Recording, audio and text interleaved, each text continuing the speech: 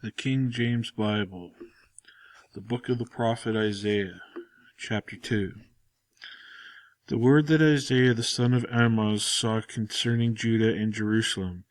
And it shall come to pass in the last days that the mountain of the Lord's house shall be established in the top of the mountains, and shall be exalted above the hills, and all nations shall flow unto it. And many people shall go and say, Come ye, and let us go up to the mountain of the Lord, to the house of God of Jacob, and he will teach us the ways, and we will walk in his paths. For out of Zion shall go forth the law, and the words of the Lord from Jerusalem. And he shall judge among the nations, and shall rebuke many people, and they shall bear their swords into plowshares, and their spears into pruning hooks. Nation shall not lift up sword against nation, neither shall they learn war any more. O house of Jacob, come ye, and let us walk in the light of the Lord. Therefore thou hast forsaken thy people, the house of Jacob, because they be replenished from the east, and are soothsayers like the Philistines, and they please themselves in the children of strangers. Their land also is full of silver and gold, neither is there any end of their treasure.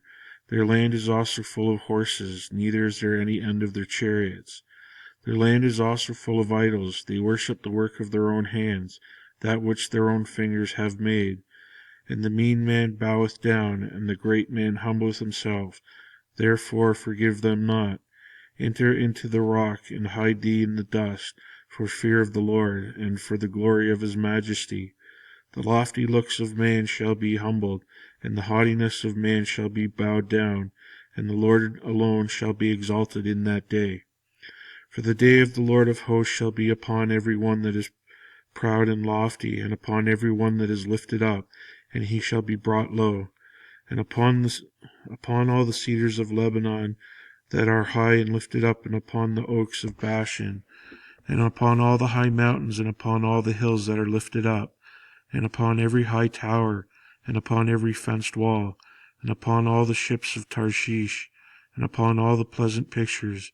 And the loftiness of man shall be bowed down, and the haughtiness of men shall be made low. And the Lord alone shall be exalted in that day. And the idols he shall utterly abolish, and they shall go into the holes of the rocks, and into the caves of the earth, for fear of the Lord, and the glory of his majesty, when he ariseth to shake terribly the earth.